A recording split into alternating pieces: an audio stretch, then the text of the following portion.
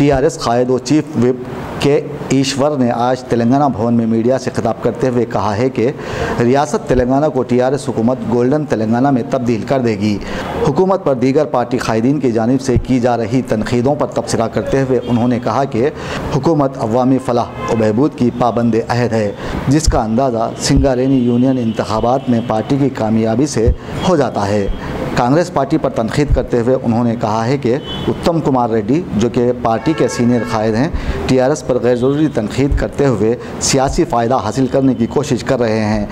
जबकि कांग्रेस पार्टी बरसों से इक़्तिदार पर रहकर अवामी फलाह व बहबूद में नाकाम हो चुकी है, जिसकी वजह से अवाम ने उसे एकसर मुस्तरद कर दिया है। दूसरी जानिब उन्होंने रेवंत रेड्डी पर भी शदीद तनकीद करते हुए कहा कि